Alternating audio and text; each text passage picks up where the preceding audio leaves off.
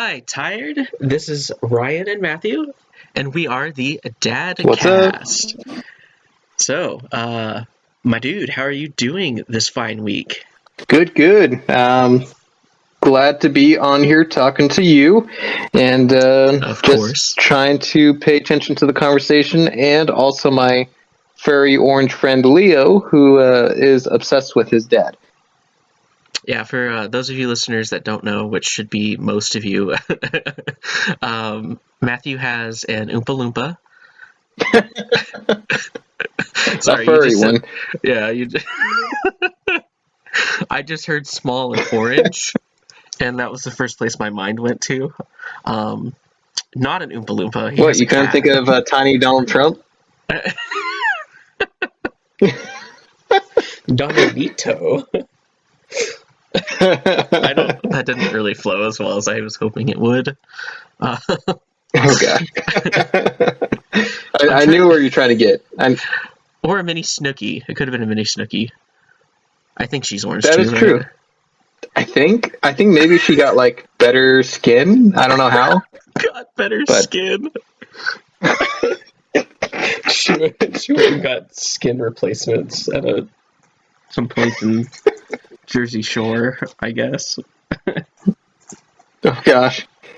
A factory with small children where they just de-skin small children. And she's like, yes, perfect. Doobity-doo. We're gonna replace your skin for you. Oh god, this is a crazy Anyways. start to this episode.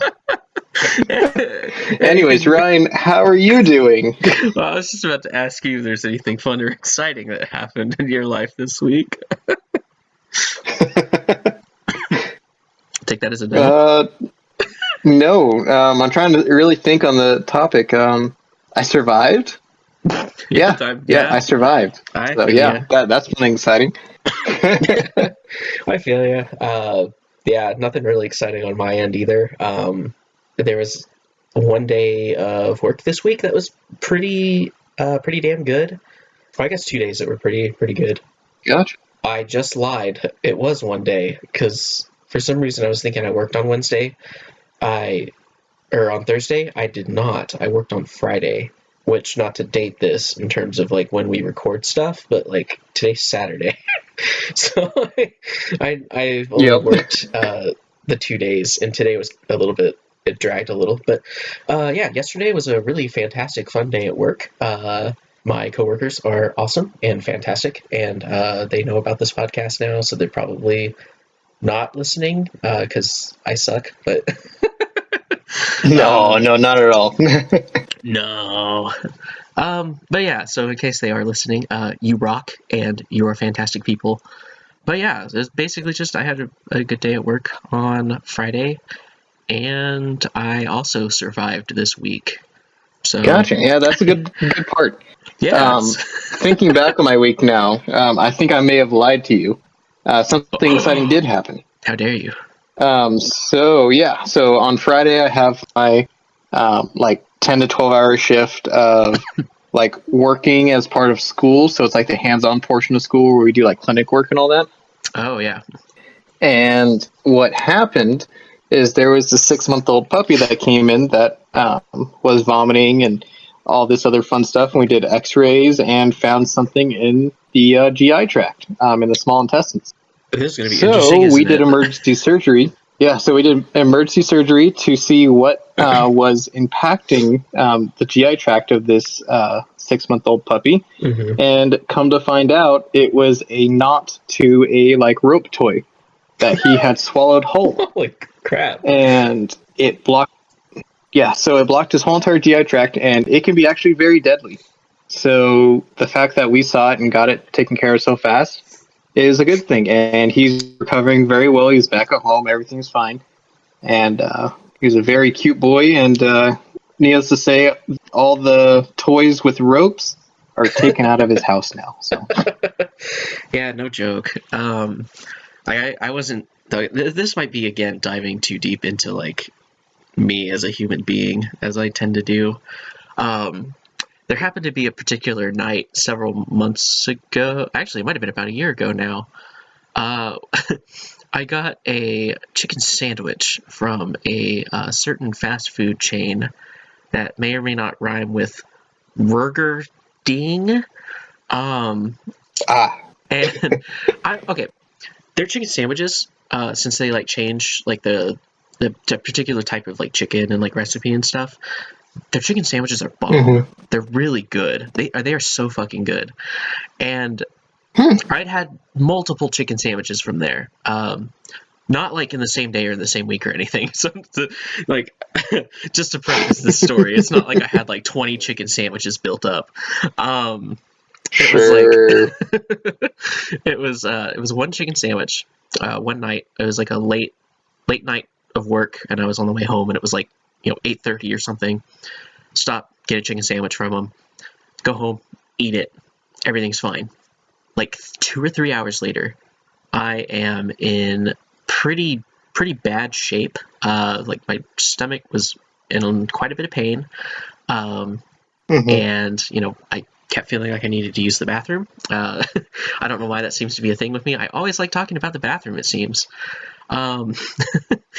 It seems like it. Yeah. Well, it got worse as the night went on and as the morning went on. Oof.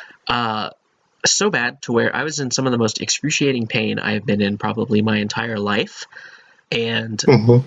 Mandy had to drive me to the emergency room that morning at like 6 in the morning, I think. It was around 6-ish. Maybe a little bit earlier than that. They obviously like ran like a bunch of tests. They actually took some x-rays, and they did a procedure that was yeah.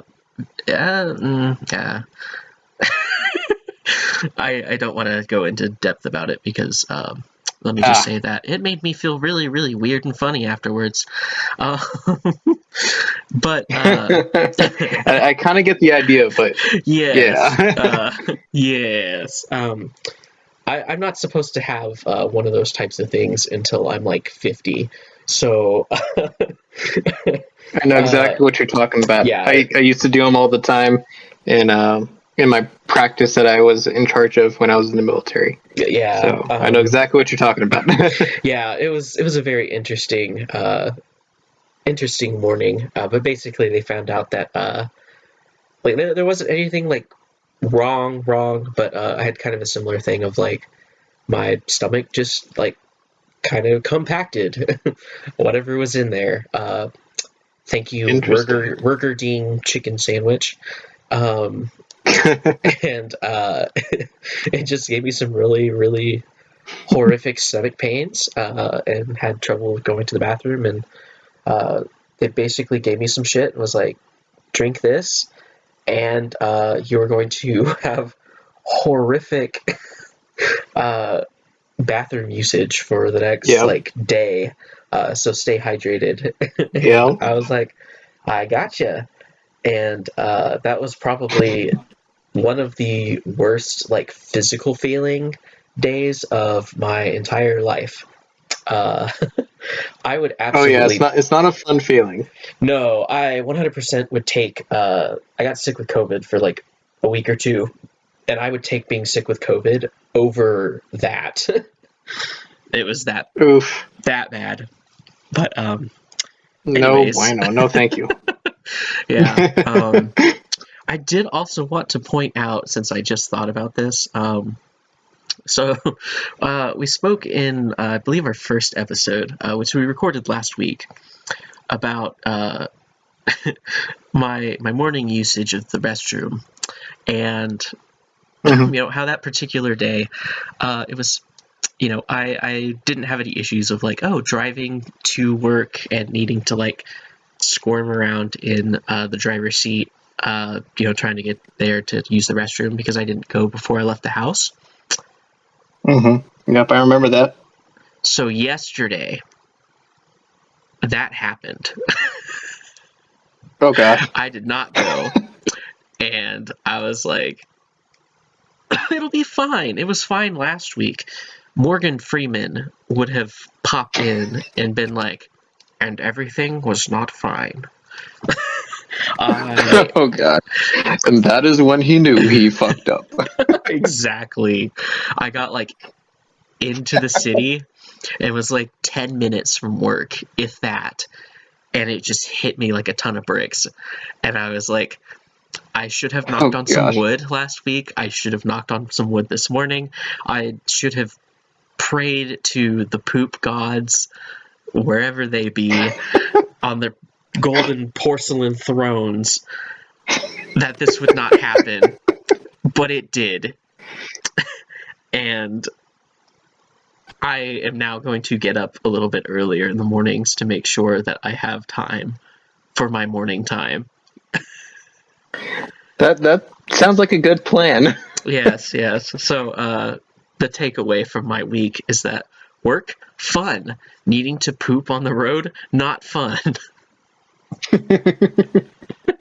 And this is why I do mine at the end of the day. Give myself all the time in the world. All night if you have to. That actually has had to happen sometimes, but we won't go into that right now. Oof, I just popped my back again. Something fierce. Oh no. Gosh. That reminds me of the conversation we just had about what you say, like chiropractic pain or something like that. Yeah, so okay, so everybody listening, before we started recording, I had popped my back. I apparently pop it way too often. And I think I said this very similar thing. I popped at something fierce. Matthew then proceeded to ask me how fierce. And I said, it was about as, if you've ever watched The Dark Knight Rises, and the particular scene where Batman and Bane are fighting in like the like underground like water filtration center or like whatever, and there's the part where Bane picks Batman up and slams his back down onto his knee and like breaks his back to where he like cannot walk properly anymore.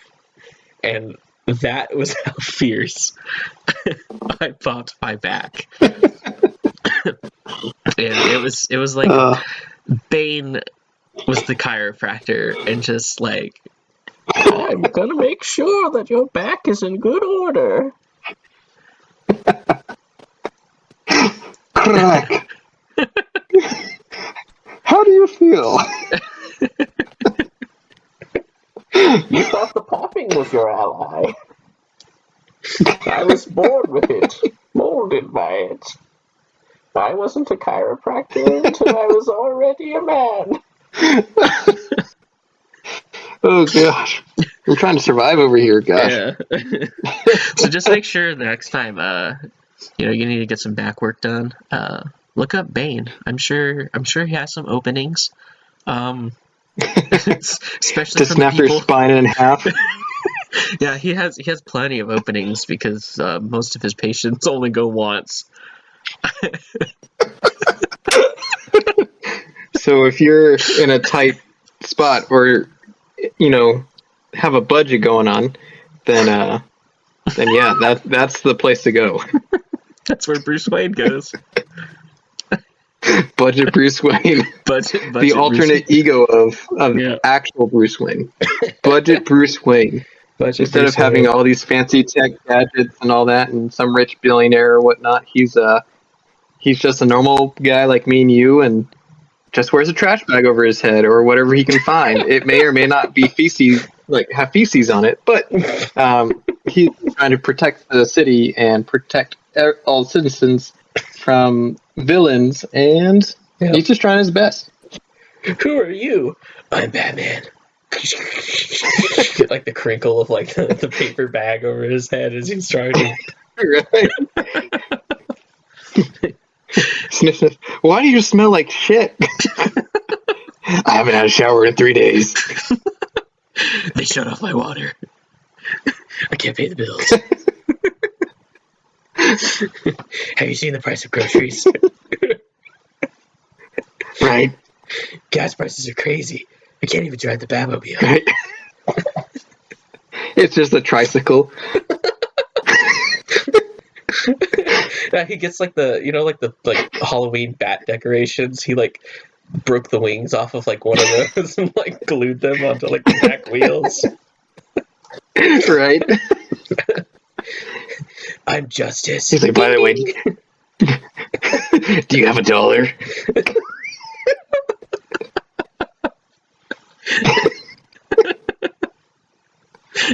Alfred, I need you to get another job. And he's like, dude, I'm your neighbor. You don't have a butler.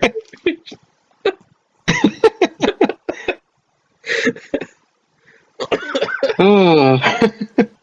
All right, I think it's time we get back on track now. Yes, it is. So, in keeping, so we'll say goodbye to bye, Budget Bruce Wayne. Yep. Goodbye. So, in keeping with our current theme of the opening episode that, due to my long-windedness, has become our opening 3 episodes, which actually I think turns out for the better. The third episode is going to kind of follow in suit. So episode 1, we kind of dove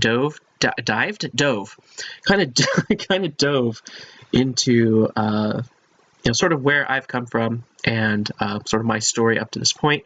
Episode 2, Matthew dodged, and dived into his story and talking about sort of where he's come from up to this point. I think was that a dodgeball reference I just made? Like I don't even know. The 5 Ds, like dip, duck, dodge, dive. Honestly, I was thinking of like the Guy Fieri like show, like diners, driving, and dives. Diners, we diner, dived in, and drived our way into our pasts on our budget Bruce Wayne bat cycles.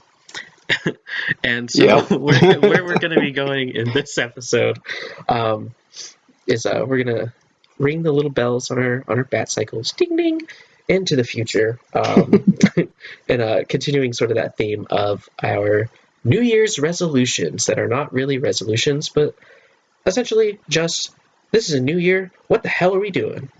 So exactly. So I think kind of starting at the sort of end point of where both of our stories kind of ended off, right? We're at a current point now, and we're doing current things currently. Mm-hmm. And so for me, I guess I'll just kind of dive in first. For me, as I kind of mentioned before, I was originally doing stuff with theology. I ain't doing that no more. I don't like that. I tried it, and it be a bad time. So I apologize. I'm not going to talk like an idiot.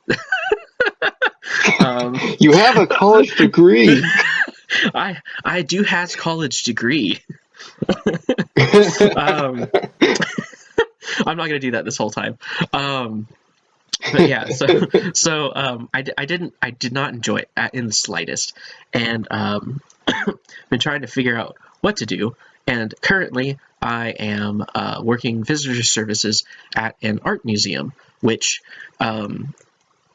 that's not really the kind of job. I mean, I work part-time, right? Which, quite honestly, actually, with having a family with, wife and 2 kids, and my wife works full-time, has been really, really nice. And just that particular wave of things, I would like to keep riding them waves. Understandable. Yeah, like it's really good for me too, because after having worked so many jobs where like I either didn't like the job or I didn't feel like I was doing a very good job or what have you, it's kind of nice to like be at a job where it's simple and it's easy and I can do it and I know I can do it and everybody else knows that I can do it and there isn't like a lot of pressure and stuff. So like where I'm at currently is perfect for me right now. And just kind of like on the top end of that too, like I've even talked about like earlier in this episode, right? I had that really good day this week. because, you know, the people that I work with are fucking amazing people, and I kind of wish I had them in my life sooner, because like You're right. I can go to work, and if I know like they're going to be working that day, or if like I come in and like they're there, and they're on shift that day, I'm like, oh hell yeah, today's gonna be a freaking great day. Exactly. And like the days that they're not there, like it feels weird. And so like Mm-hmm. it's really cool though to just have those days where like, you know, even if it's like they're not there and it feels really weird, like the day is a little off, it's still not a bad day. But like the quote unquote worst days that I have there are just like good days that feel a little weird. And then the top end of that spectrum is really, really great days that are really, really awesome. You know, where I get to just hang out with some cool people. Yeah. And it's cool. It's awesome. I love it. That's awesome. It Yeah. kind of reminds me of kind of the same situation I'm in. So, kind of backtrack to my story. So, we ended my story. I'm still going to school right now to get my associate's degree in veterinary technology, and I am working at the same time at a practice that I absolutely love, and I get to stay home a little bit and take care of my daughter. So it's like a three-way like thing for me, to where, you know, I get to spend time home with my daughter, I get to work every now and then I also have school that I focus on as well. Mm-hmm. But the work aspect of it, it's just phenomenal. Like, the people I work with are 100% there for me. You know, even my boss told me that he tries to make it feel like it's like a family, like a second family for us. Mm-hmm. And I think he does that exactly. Just because, like, it is like another family. And there are certain people, just like you said, where I work with them, like, hell yeah, it's going to be a great day. And then, you know, other days I go there and be like, well, they're not working that day, and it's kind of an off day, but it's not necessarily an off day. Like, it's still great to work there, still great people that work there, all of them. Mm-hmm. But yeah, so it's just, everything is just working out how it should. So I think we're kind of in a similar boat right now. We're in happy areas of our life for right now that we wish we would have been in when we were in our younger 20s instead of our late 20s. Yes, for sure. Like, it's almost at a place where it's like, if we could have just started here several years ago, like, I mean, quite honestly, like, it would have saved us a lot of trouble. Yep, but the trouble builds character and puts hair on your chest, right? Exactly. All 20 hairs that I have. I'm just kidding. Yeah, I did. I have a lot more than you. I have like a rug. Yeah, I looked down and I was like, I'm gonna actually count, and then like I started and decided that's gonna take too long. What were we talking about? I'm just kidding. We kind of went down a rabbit hole there a little bit. Yes, we did. I think that was like one of the things with this podcast that like I kind of hope happens is like, oh, we're talking about stuff, and then we kind of jump down a rabbit hole for like a few minutes, and then, you know, get brought back out of that rabbit hole. We you know, yeah. Bruce Wayne in The Dark Knight Rises, and just climb out of the hole after having gotten his back. Bruce Wayne and chiropractic Bane. Yeah, after Bane the chiropractor broke his back, he on his low budget of nothing in a desert hole cave climbed his way back out to get back to the topic. Oh God. But yeah, so.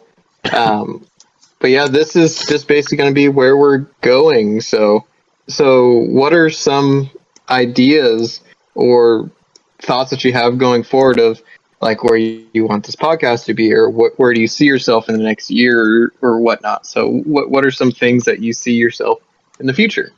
Astronaut. Next question. Got it. I'm kidding. Are you going to be up there with what is Jeff Bezos? Are you going to be up there with Jeff Bezos? Jeffrey. Oh gosh, that's funny. From Bo Burnham. For those viewers that don't know, me and Ryan, we watched Inside. He watched the Inside special from Bo Burnham first, and then told me about it, and then I watched it, and I have to say that at first I didn't absolutely love it, but then as it kept going and all that, then I was like, you know what, this is actually pretty good. Like I like this a lot. There's a lot of hidden meanings and all that everywhere, and the Jeff Bezos songs, they just like they're priceless. Yes, yes. I will say going forward, a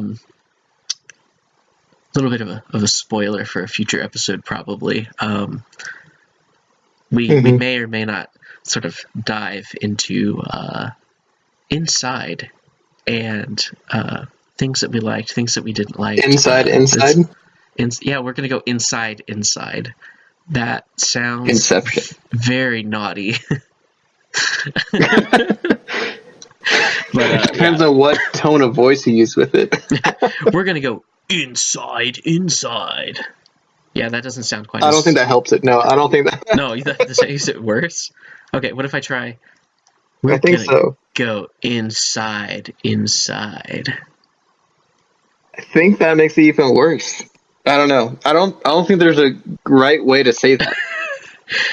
Yeah, that's just we're gonna probably talk about Inside at some point in the future. So yeah, looking to the future as we're talking about right now. Back to the topic. Full circle, baby. Anyways, that's right. Yeah, so kind of like dreaming big here. You know, obviously, like when anybody gets to a point where they don't really know like what to do like with their life, or they don't really know like kind of where their path is like leading them. Sometimes like kind of in the case of like me being at the museum, right? I mentioned during kind of like my life story that art was something that was like a really major part of like my childhood growing up, and being at the museum is kind of like a really cool like throwback to like that part of my life, and like kind of reconnecting with my like younger self. You know, but like during those times where like you're not sure what you're doing, you know, you might kind of think about doing that, or maybe you look back on like, I don't know, when you were a kid, you know, you probably had these like crazy dreams of like what you were going to grow up and do, and stuff. So the astronaut thing, I really like space. I think space is cool. I think it's awesome. It's very interesting. It's the final frontier. Somebody said somewhere before. But like, it's just like this really cool, like, mystery zone of like, we're never going to run out of like learning about stuff, you know, when it comes to space. And the stuff that like we do know is like stuff that's absolutely fascinating, and it like changes all the time. Yeah. And like I loved that as a kid, and I shit you not, wanted to be an astronaut back when I was like 6 or 7 or whatever. And I think you probably remember that my bedroom was sort of space themed back then. I think I remember, especially. Did you have bed sheets that were like stars or something like that, or am I making that up? Yes, it was stars and planets, I think, for the bed sheets. Yeah. And then I want to say maybe it was my Oma had knitted me a like a wall hanging quilt kind of thing ish. That was like the solar system. I don't know if you remember that on my wall, like above my bed, but I had that as well, like in my room, and I probably still maybe have that, or my mom maybe still has that. Yeah, because I was just absolutely fascinated with space, and wanted to be an astronaut because that's a cool ass job. Right. I say now that like, yeah, the future ahead of me is clear. Let's do it. But that's a lot of math and science. Right. Two subjects that I am not very good at. On top of the fact that, Yeah. knowing my luck, I would be the astronaut that would like do a spacewalk and somehow get disconnected from like the space station, and like I'd be like drifting off into space, like no, and they would be like, "Oh, thank God, we finally got rid of that Oh, that's guy." funny. And they're like, "But how did he It's get disconnected?" They'd look over, and like one of the other dudes is like, "I don't know how it happened," while he's holding like the button that like releases the. right. Oh, my that's funny. my spacewalk It's kind of becomes funny. space swimming. Oh gosh, space swimming and spacewalk and space swimming. There's not much difference because once you start going in a direction, you just keep going that direction. Yep. Unless The you have sun. change in your velocity or whatnot. That is the So direction. if you ate a lot of beans, you could actually push yourself, I feel like. Could make it So back if to you Earth. like ate a lot of beans, yeah, so just like position yourself, like position your butt in the opposite direction you want to go and just release a fart. And that'll push your body into that direction, and you just keep doing that until one, you shit yourself, or two, you die. Or both. I imagine those suits probably aren't like super like filtered, and every fart would be like Yeah. smellable and like tasteable and like ugh. Oh gosh. It's making my like, eyes water just think about it. It would like fog up like the lens of like the helmet. I Have don't like know where I'm little going. wiper blades on the inside. Just ass blast That's your funny. way back to the station and be like, "You tried, bitches, but I'm back." Right? Oh, that's funny. That's funny. It's kind of funny you say that with like your dream being like an astronaut and going to space and all that. Because with me, when I was younger, I was fascinated with the ocean. Oh. And I actually wanted to be a marine biologist and actually explore a lot of the ocean. Because I like dolphins, sharks, any type of fish that you can think of or whatnot. A marine biologist? Yeah. Hoorah. Right, not that kind of marine, but like I wanted to do something of that nature, and then I realized I'm terrified of water, so Yes. I actually wanted to be like a veterinarian or work with like in the vet world in some way and work with animals, which is kind of where I'm at today. But I was always told that doesn't make a lot of money. Like, keep your dreams realistic. So I was like, okay, I guess I'll go to human medicine. So. That's terrible. So, but yeah, I'm kind of living the dream right now with animals right now and working with them and going to school and all that. But a part of me still has that dream, just like how you like have that dream being an astronaut, is to be a marine biologist as well and study the ocean, because there's so much of the ocean and so many creatures in there that we have yet to discover, just like space. Like, yeah. And I think I've seen something before where it says that we've explored space more than we've explored our own oceans. And that's just crazy to me, you know? Yeah, no joke. Like the I'm trying to remember the exact percentage that I've heard. But it's like some crazy ass low percentage, like 5%, I think, of the ocean that we've explored. Like there's like 95% of the ocean that we have no idea about. Exactly. Something like that. It's like a crazy number.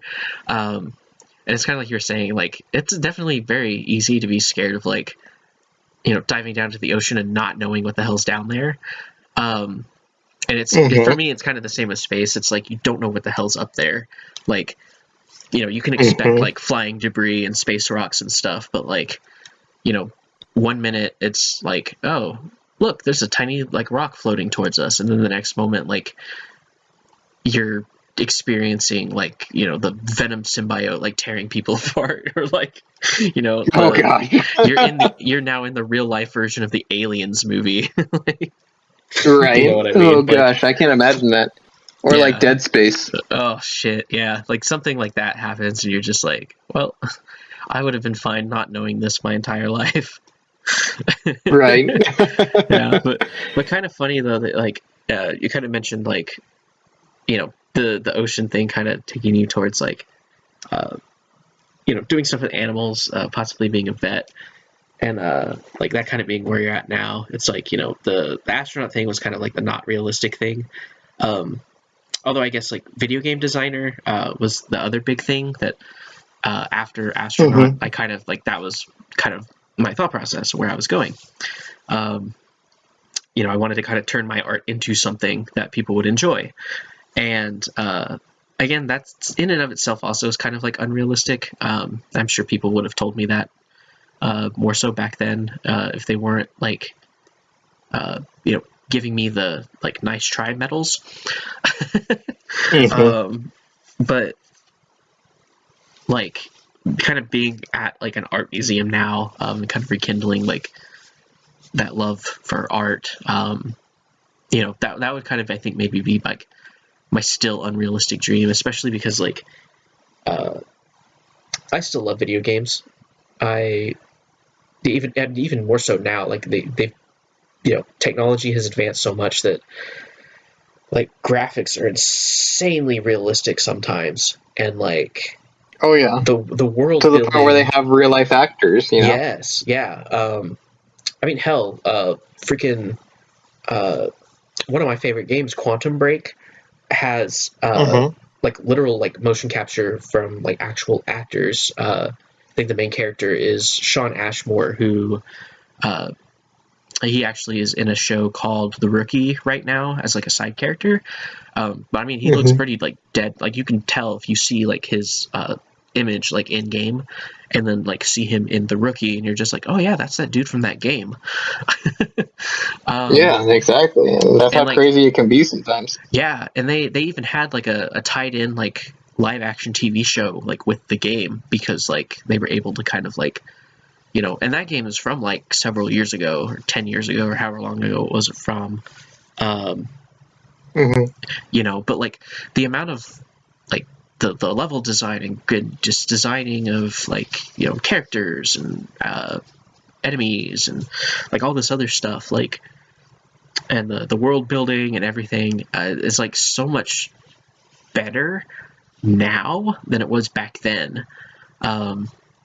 And I'm sure on a lot of games, like especially bigger titles, like that requires more people now than it did back then.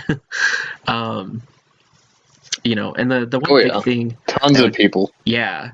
The one big thing that would kind of keep me from that, or I guess a couple things, but the fact that like a lot of it is obviously done digitally unless you're sort of like the primary like sort of write-up artist of I'm forgetting the exact term for it, but you'll typically see them in like extras menus on like video games and stuff, but where they show like sort of like the drawings and stuff of like the environments before they actually like started building them in game. Oh, the concept arts? Concept artist, thank you. Yeah. Like unless you became like a concept artist, you're mostly working with like the digital stuff. You're like on a computer, and like I'm pretty decent with like computers and things, but not necessarily where I would want to go with my art per se. And then like the fact that like getting that stuff into a game and like all of like the play testing and like data testing and all the stuff that has to go into that, it's just like oof. But then kind of on top of there's that just too, so much time. Yeah, exactly. And like the other thing too is like there isn't any sort of like game industry presence in the state of Oklahoma, like at all.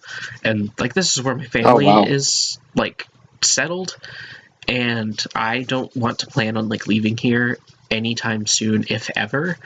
So like that kind of just immediately kind of cuts that like out of the equation for doing something like that.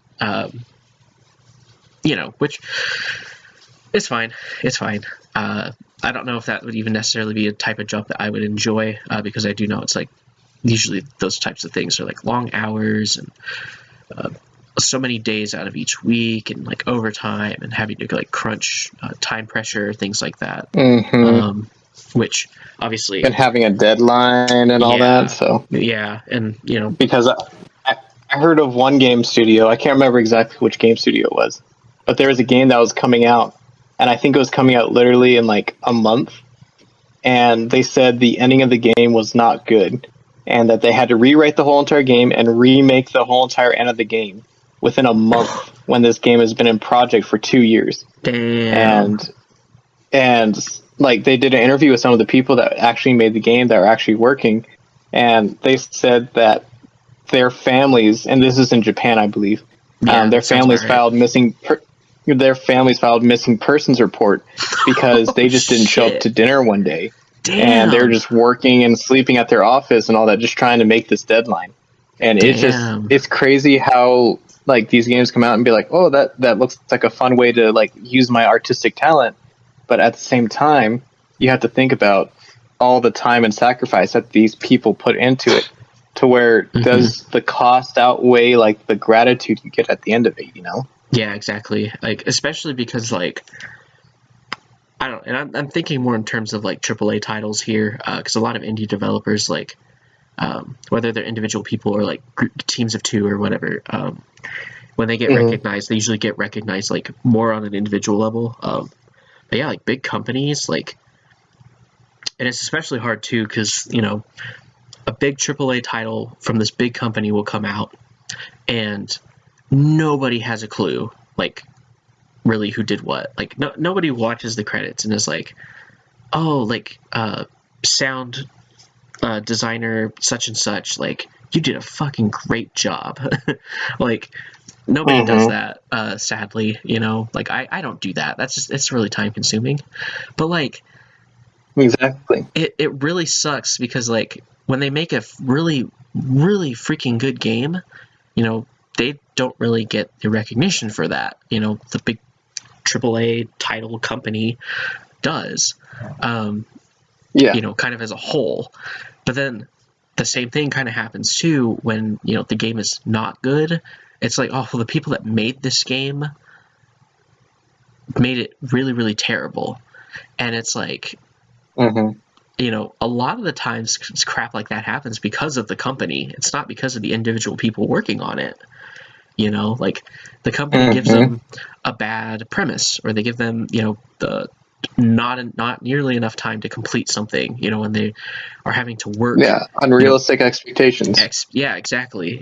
They're doing kind of like what you were saying, like, staying late hours and like having to sleep at the office, and like you're not going to be able to get good work done if like you're on hour 12 of like 15 for the day. Like if you're writing some of the dialogue and it's like the 15th hour, that dialogue is going to suck. Like, that's just how it is. They've actually done studies with that as well, with like even in other stuff like human nursing, to where they say like, I believe like 8 to 10 hours is like the sweet spot of where like they want a lot of people working, because by the time you get to like hour 10 or 11 or 12, the work quality diminishes so much. And it just shows that there has to be adequate rest period for there to be good work. And if you give your people adequate rest periods, the amount of work they can get done in less amount of time, or the quality of their work they can get done in less time, is drastically different. And it's crazy how the numbers work in that favor. Yeah, exactly. Like, there's some companies, or not companies, but countries, where, like, literally in people's like offices, like at their office jobs, they have like sleep centers basically, or like they have cots or bedding like built in like by like their desks and stuff, because they're actually like they're told like, hey, you need to take a break, and like if you're tired, take a nap, because like it increases productivity to the point where like you don't have to have them working 15 hours, because they'll get enough of like that amount of work done in like a shorter amount of time if they're working more efficiently.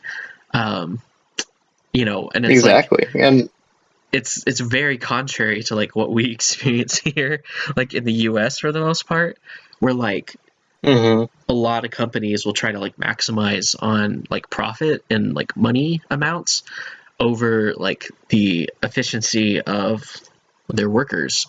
And so like, oh well, if I have them work more hours, they Mm-hmm. will get more done. And it's like, well, it doesn't really work that way. Exactly, and it's sad to say that like uh, a lot of companies in America just don't understand that and Mm-hmm. all that. They just look at the numbers like, why aren't the numbers going up? There must be like you must have to work more hours to get these numbers up. But if you go the opposite direction, be like, maybe I'm overworking my people, and maybe giving them a break to actually like recharge and come back fresh, especially for like the jobs that we're talking about right now with like game designers and like all that, where you have to use a lot of brain power, a lot of creativity, and all that creativity and brain power, you can't force that. Sometimes you have to rest on it. You Mm-hmm. have to be thinking about it, and sometimes like it comes to you in the middle of the night, like you lay down to go to bed, and right before you go to bed you're like, oh my gosh, I had a great idea that you haven't thought of all day. Yeah, exactly. Like, it it kind of creates like the Alan Wake conundrum of you end up like Mm-hmm. you get so overworked and like there's so much pressure that like you just get writer's block and you end up having to dive into a lake of darkness to save your loved one. Okay, maybe that doesn't exactly add up the exact amount, but you know what I'm talking about. I knew where your intentions were, but then it went down another dark rabbit hole that was filled with water. Yes. Well, you know, the And the rabbit creativity drowned. was the the creativity was there. I mean, look at how Right. he in a week got an entire novel done after Mm-hmm. that. Like, there you go. Efficiency. Exactly. And it's kind of crazy because, uh, oh, what was it? The Stanley Hotel, where, what movie was based off of the Stanley Hotel? Do you remember? Oh, Um, oh gosh, what? The Shining. The Shining oh is what it no, was called. yeah, yeah, that's what you're talking about. I was thinking of a different movie. It So, was entirely. no, you're good. You're good. And so, Yeah, Jack um, Nicholson. crazy fact is that The Shining was actually written because the guy had writer's block, and he went to the Stanley Hotel one winter night, and he went and went to sleep at the Stanley Hotel having this huge enormous writer's block, just trying to figure out how to get out of it. And his dream, I say dream, but it's more like a nightmare. His whole entire nightmare, once he woke up from that night, he wrote the whole entire Shining in one day from his dream. Wow. Mm-hmm. And that's why a lot of the Shining, you'll see like a lot of similarities between the Stanley Hotel and the Shining, because all of it almost like came from like his nightmare, and his creativity just went like wildfire while he was sleeping. Yeah, that's insane. Mm-hmm. So next time you watch The Shining, um, see how similar it is to the Stanley Hotel and all that. And yeah, it's pretty crazy. And if you have a chance to visit the Stanley Hotel, by all means do that. Like especially the ghost tour. Oh, I love the ghost tour. Ghosts are my thing. Yeah, it's really weird because like it's in Estes Park. Yep, Estes Park. Yeah, like I've been to Estes Park and I don't remember like seeing anything about it like at all. And I don't know, maybe that was just because like I was young at the time, young-ish, but like Yeah, I don't know. yeah, But yeah, because once you see where the Stanley Hotel is, it sticks out like a very sore thumb. Like it doesn't quite fit into the rest of the surrounding. But if you go there and go on a tour, both tours are awesome because there's like a day tour and a night tour. And the night tour, they go over like a lot of ghost stuff. And me and the wife, we actually talked to some ghosts using pencils, hmm. where you like each person had two pencils in their hands. They held them by the very tips of them, and the erasers were pointed out away from us. And we would touch erasers together, and we would ask the ghost a question. And if it was yes, the pencils would, at the eraser ends, start moving in to make an X. And that would be yes. And if it was no, the eraser ends would point outwards, and that would be no. And then we could also ask them to point to where they're standing, and their erasers would point, like go the same direction in whichever way the ghosts were. And it was pretty crazy because we were talking to two ghosts based on like the questions we were asking. Me and my wife were talking to a security guard that got locked out of the Stanley Hotel and actually froze to death. Oh. And then, and we talked to another little girl that was there as well. I don't remember her story off the top of my head, but it was just such a surreal experience. And like when the pencil started moving, my wife was like, "Shut up, stop it! Like this isn't real." And I was like, "Yeah, it's totally real. Like I'm not doing anything. Like this is all this ghost stuff. This shit's for real, yo." So, exactly. And it's pretty crazy, like how the story of The Shining and how the ghosts that are there at the Stanley, how it all kind of comes together into one big grand story and all that. So yeah, that's really cool. Now that we're talking about it, and how you said that your other unrealistic dream was to be like a game designer and all that, I guess my other unrealistic dream would be a ghost investigator. Yeah, I was gonna say you're gonna be the follow-up to like Ghost Adventures. You're just gonna like go into houses and be like, yeah, we're gonna find out if there's a ghost here, then we're gonna fuck with it. Right. Oh gosh. I feel like those stories for Ghost Adventure, like it's a great show, don't get me wrong, and there's like a bunch of good evidence that they have in there, but I think the endings always left it on an open note, and I was like, yeah, I kind of wanted a more for sure answer, like who was the ghost that they were talking to, and is there any closure that comes from that, you know? Yeah, it is kind of weird how they just like, but like it's a mystery, and it's just kind of like, right, the episode was over and you're like, no, I just invested 30 minutes of my time, damn it.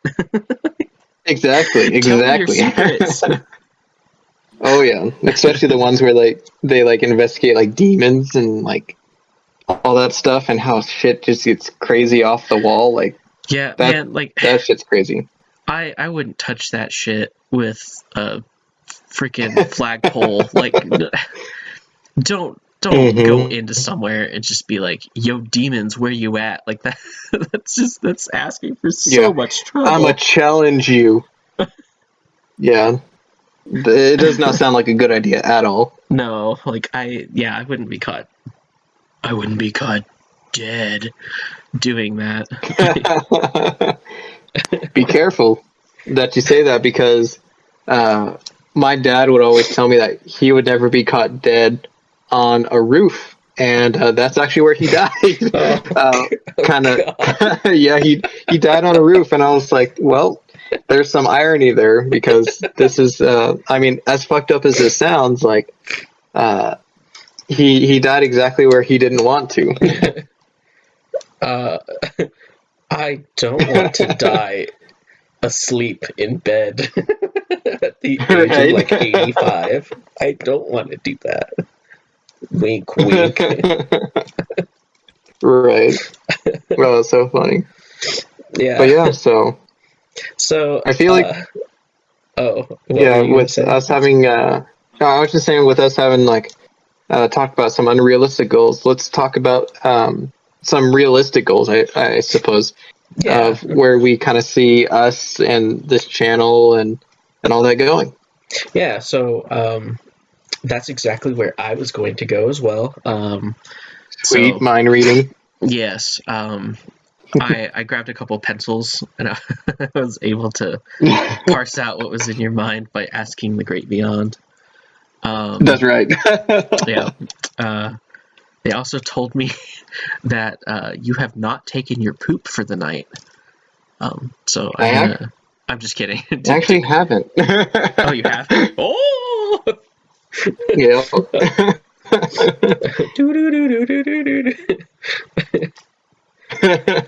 Just so you know, because everything is real and nothing is a lie.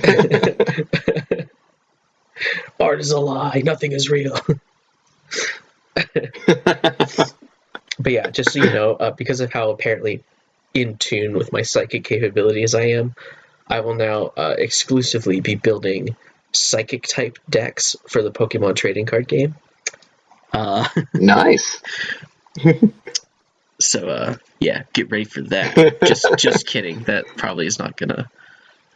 I do like psychic types, but that's neither here nor there. So Right. yeah. That's another topic that we might go down a little bit is Pokemon. Yes. So we've played a lot of Pokemon in our time, and Yeah. we'll definitely go down that rabbit hole together on another episode. So. Yeah. The quick side tangent. I was asked, I think last night maybe, by my wife, 'cause she saw a TikTok about this dude complaining about like shiny Pokemon and how like ridiculously difficult it is to like find any and like catch any. And it got me to thinking. Yeah, it got me to thinking, and I was like, I've only seen and caught. No, not caught. I've only like seen in the wild 3 shiny Pokemon ever from my memory. Not counting like Pokemon Go, because I caught like 2 shiny Pokemon or 3 shiny Pokemon in the course of like 2 or 3 weeks. But I think there was like some kind of definitely event. gotten easier. Yeah, I think there was some kind of event that went on in Pokemon Go that I was able to do that. But yeah, in like actual mainline Pokemon games, I saw a shiny Rattata in Pokemon Gold like 20 years ago. I then saw a shiny Tentacool. I did not catch the Rattata, by the way. I ran away from it before like it clicked in my brain that it was a shiny, which is really really sad and disappointing. But I then encountered in Pokemon Sapphire a shiny Tentacool, which I then proceeded to do the exact same thing, and I hit run before clicking in my brain that it was a shiny, and was very upset about that. And then the third and last one that I can remember finding was a shiny Shinx in Pokemon Pearl version, which I did catch. I remember that one, Yes. Which is very kind of ironic, because one of the 2 or 3 shinies, or 3 or 4 shinies that I caught on Pokemon Go was a shiny Shinx. So it was kind of like it's your Pokemon. Yeah, like it came back to me after all these years. Like peeing in the wind. It all came back to me. So anyways, awesome. Tangent over, back to realistically, what are we kind of looking forward to in the future? What are we kind of thinking of plans-wise? For me, I've already alluded to the fact that I am not entirely sure. I have kind of thrown a couple of ideas around in my brain. If, quite honestly, working at the museum has been such a great experience. And I did, at one of our meetings, my boss had mentioned that a number of us in visitor services were going to school, which is true. There's a number of college students that work visitor services there. A lot of them are either in school for art or, doing like museum studies or something similar. I had never in my life known that, museum studies was like a thing, that was like a degree path. Interesting. I didn't know that was a degree path either. Yeah. So, I heard about it during the staff meeting when he mentioned that, and I was like, huh, that's interesting. And then it kind of went through my brain and was gone. A few weeks later, or a month later, we had somebody come and talk to us. I believe it's one of the administrators. I forget exactly what she did, what she does. She might have been one of the curators, or kind of helps designing like the exhibitions and stuff. Had come and like talk to us and whatnot, and she had actually started at a different museum in visitor services, and had gone to school and got a degree in museum studies and is now like doing what she's doing currently. And I was like, huh, that's really interesting.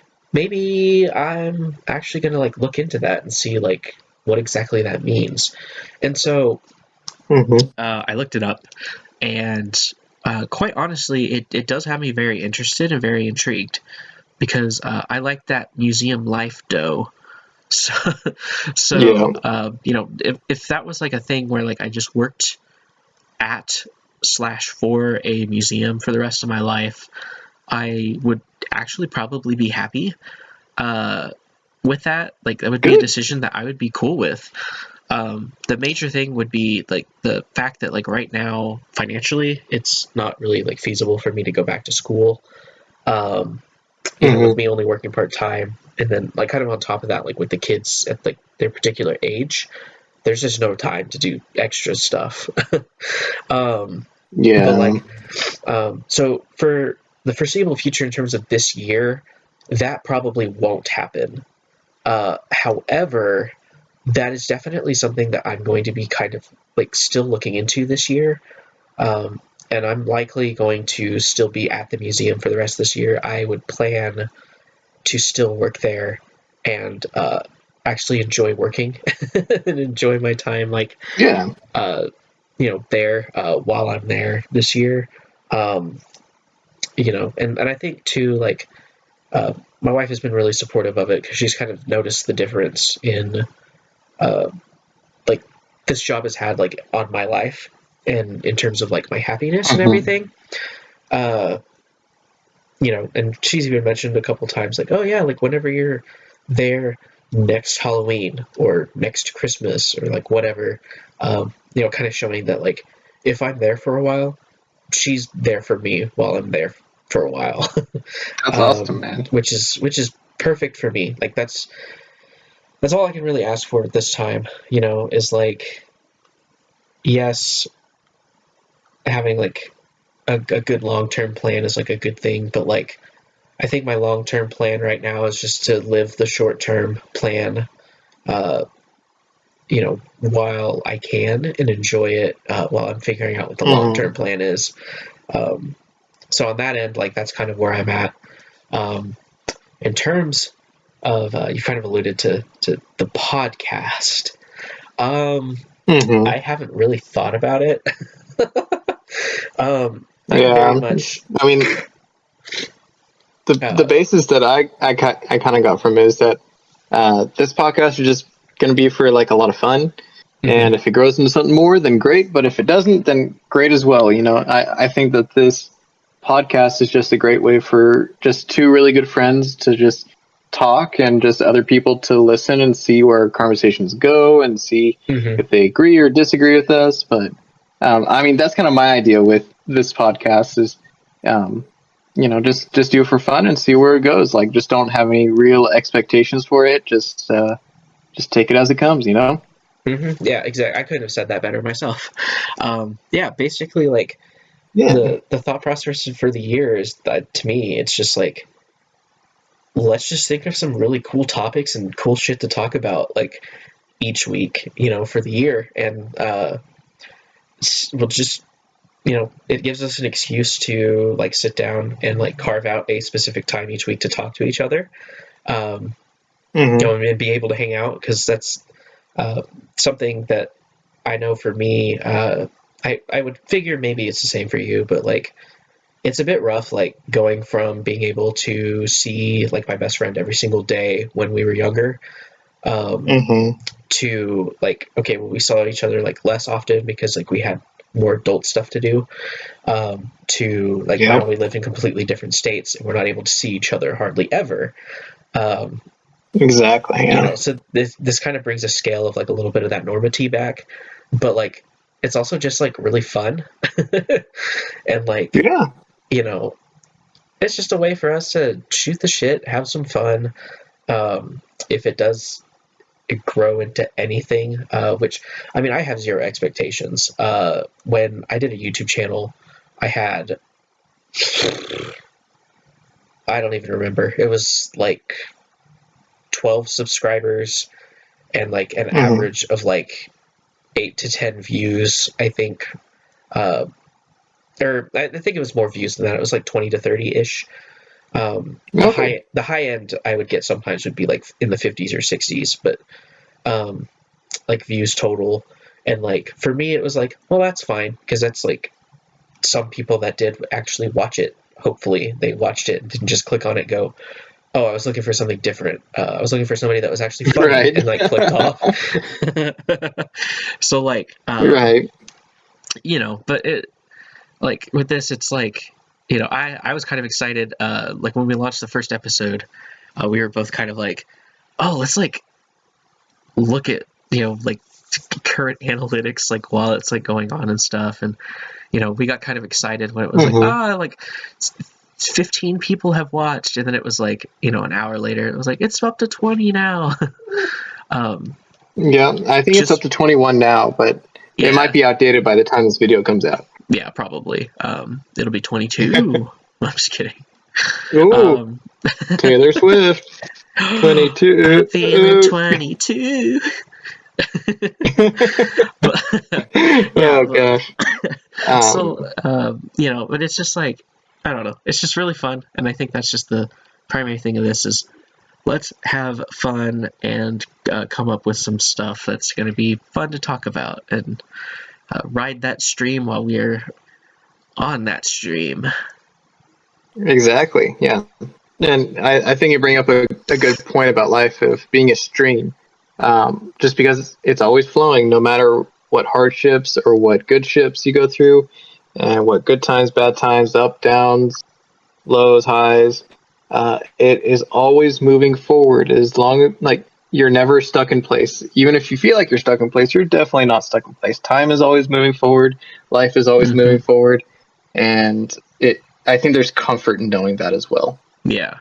And then eventually, that stream will dump you out into the ocean, and you'll be in the 95% of it probably that hasn't been explored, and you won't know what the hell kind of horrors await you. Oh yeah.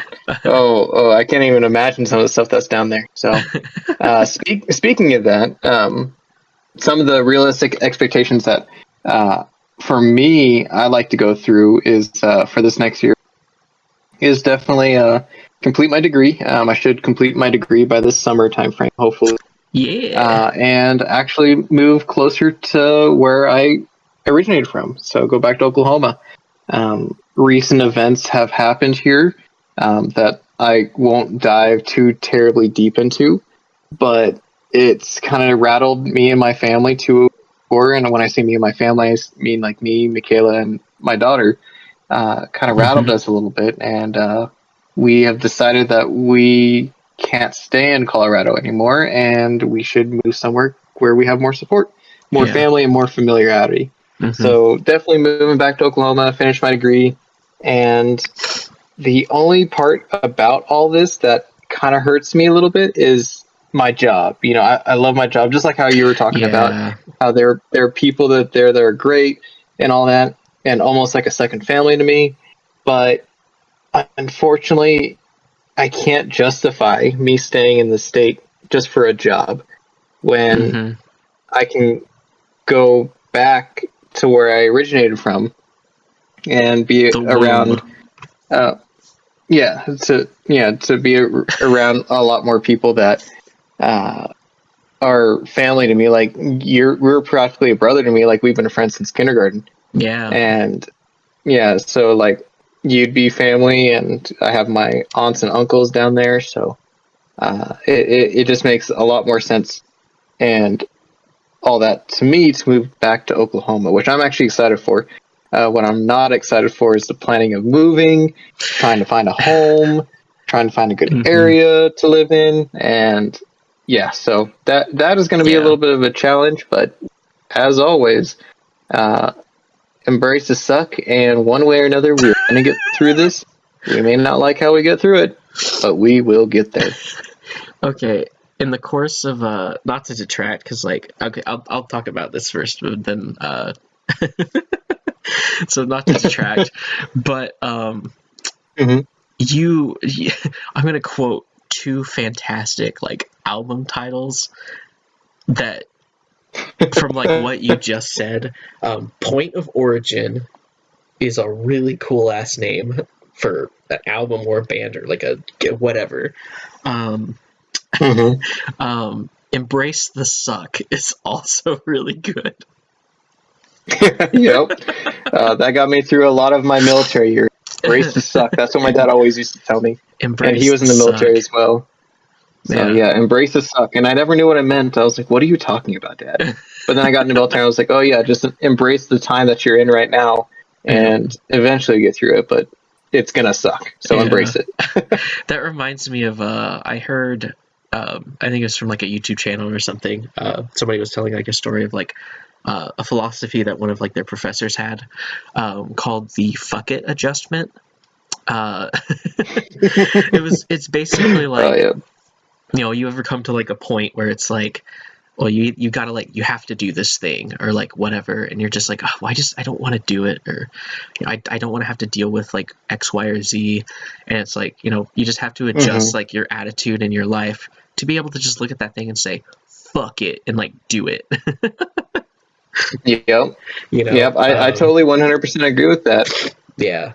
I think that that might actually be kind of an interesting episode for the future, kind of looking at like the philosophies of life. Like, Yeah. Yeah. embrace this. Philosophies of life and yeah, embrace the suck, fuck it, Yeah, just the do fucking it. You just adjustment, and like that there's kind a of lot of stuff. there's a lot of sayings that we do and say just to get through life. Mm-hmm. And it's if you analyze every single thing a saying, there's always a point of origin, like you just said, that would be a great band name. But a point of origin, it's all coming full circle. Yep. So where that really came from, how that can impact someone's life for the better. And some of these like sayings like embrace the suck and all that, like they're kind of like jaded comments, but at the same token they have good lessons behind them. Yeah, exactly. Mm-hmm. Yeah. So with that being said, I think that is a good ending to this podcast, just kind of the pointing forward, and just seeing where this podcast goes. Gosh, I can't talk right now. Oh my gosh. Yeah, well, And I mean, it's late. We record these late for whatever. mm-hmm. I was about to say for whatever reason, and then I remembered like, oh yeah, we're parents with families. Yeah, exactly. Like, yeah, try recording one of these in the middle of the day when somebody's screaming at you for more milk or freaking Oreo. Mm-hmm. Well, my daughter can't talk yet, so she just screams for everything. Yeah. So lucky you. Going through sleep regression and everything. So yeah, fun times. It is a fun time. We have our son. He's almost 4 now, and oh my. Okay, he talks like some of his language. He talks like an adult, right? So it just comes from the fact that like he was kind of like he was born not too I think his first birthday happened like right around the time the pandemic started. So he spent a lot of time like with just adults. So he's kind of grown up like hearing adult vocabulary. Not swear words. I'm not saying that, but like he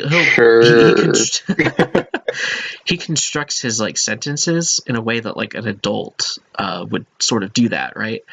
But then there's like times where his brain hits this weird like imagine like a record that like keeps skipping in the same spot. he'll like be trying to tell me like he wants some more juice, and he'll be like, hey daddy, can I